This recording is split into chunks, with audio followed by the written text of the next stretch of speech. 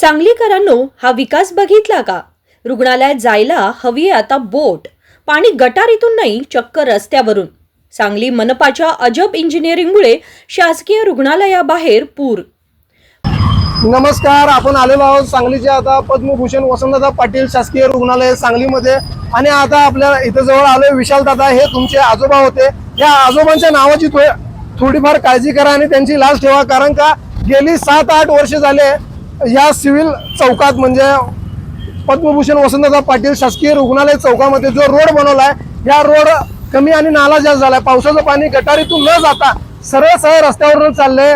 महानगरपालिकेचे कर्मचारी काय काम करत आहेत हे आता तुम्हाला सांगावं लागेल, कारण का महानगरपालिकेचे कर्मचारी कोणतंच काम करत नाही. आता तुम्ही पुढील चौकात आपण तिथं शूट घेतले, तिथं बघितल्यानंतर आपल्याला असं कळतंय की तिथं गुडघाभर पाणी रस्त्यावर थांबायला लागलं आणि गटारी कोरड्या आहेत. गटारीतून कोणत्याच प्रकारचं पाणी जात नाही. सांगलीकर नागरिकांनी किती दिवस हा त्रास सहन करायचा? पाणी गटारीतून नाही चक्क रस्त्यावरून. होय, हा अजब कारभार सुरू आहे सांगली शहरात. आज सकाळी झालेल्या अवघ्या अर्धा तासाभराच्या पावसानं सांगली महानगरपालिकेच्या तथाकथित विकास कामांचा आणि नियोजनाचा पुरता फज्जा उडवला आहे. नेहमी पाणी गटारीत जातं, पण सांगली महापालिकेचं इंजिनिअरिंग काही वेगळंच आहे. इथे रस्ते सखल भागात आहेत आणि गटारी चक्क फूटभर उंचावर बांधल्या गेल्यात.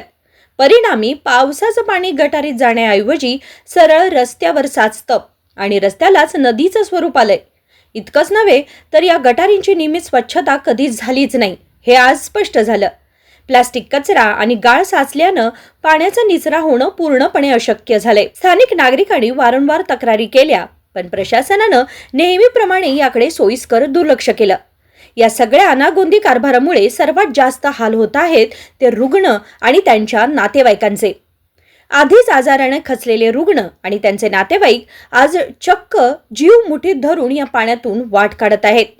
शासकीय रुग्णालयासारख्या संवेदनशील परिसरात अशी परिस्थिती असणं हे प्रशासकीय अपयशाचं उत्तम उदाहरण आहे. एकीकडे सांगलीच्या विकासाचे मोठे मोठे दावे करणारे स्थानिक आमदार आणि खासदार आता कुठे आहेत? महानगरपालिका प्रशासन या गंभीर समस्येकडे डोळेझाक का करतंय? आणि या नरक यातनेतून सांगलीकरांची सुटका कधी होणार?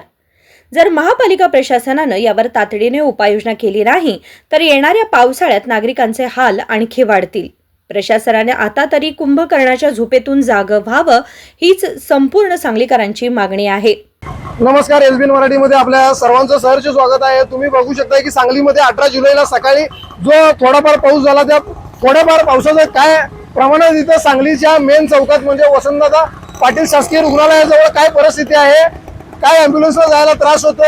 सांगलीचे आमदार, खासदार आणि महाराष्ट्राचे मुख्यमंत्री आमदार आणि खासदार विकत घेण्यात बिझी असताना सर्वसामान्य लोकांना पाण्याचा किती त्रास होतोय आणि लोकांना काय सहन करावं लागते. कित्येक वर्ष झालं सांगलीच्या सिव्हिल चौकामध्ये जो हा प्रकार झालाय, इथं तुम्ही बघू शकताय. तर 7-8 वर्ष झाले भाजपची सत्ता असून लोकांनी वारंवार या रस्त्याला आंदोलन करून अँब्युलन्स आंदोलन केलं होतं. त्यावेळी सुद्धा सरकारला काही जाग आलेलं नाही, महानगरपालिकेला काही जाग आलेलं नाही. तुम्ही इथं बघू शकताय की या सिव्हिल चौकात किती पाणी गोळा झाले आणि लोक कसं जात आहेत, नागरिक कसं जात आहेत. येथे अँब्युलन्स, इमर्जन्सीच्या अँब्युलन्स पण येतात आणि ते कशा प्रकारे जात आहेत. हॅलो, मी वसगडे गावची रहिवाशी आहे. माझी आई आजारी असल्यामुळे मी सिव्हिलमध्ये ऍडमिट झाल्यावर मी सेवेसाठी राहिलेले आहे आणि रस्त्याच्या पलीकडे असा पावसाचा एवढा धिंगाणा घातलेला आहे की ह्या चौकामध्ये कायम कितीतरी वेळा आले तर कितीतरी वेळा पाणी गुडघाभर साठलेलं असते.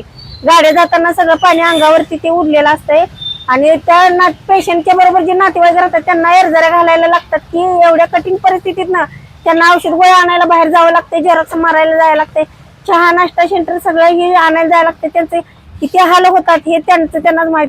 त्या सांगलीमधील नगरसेवकांना असं कळायला पाहिजे की आपण एवढं निवडून आपल्याला जग दुनिया सगळं देतात, निवडणुकीला उभं राहिल्यानंतर त्यांनी खोटं आश्वासन देऊन त्यांनी जनतेला फसवतात.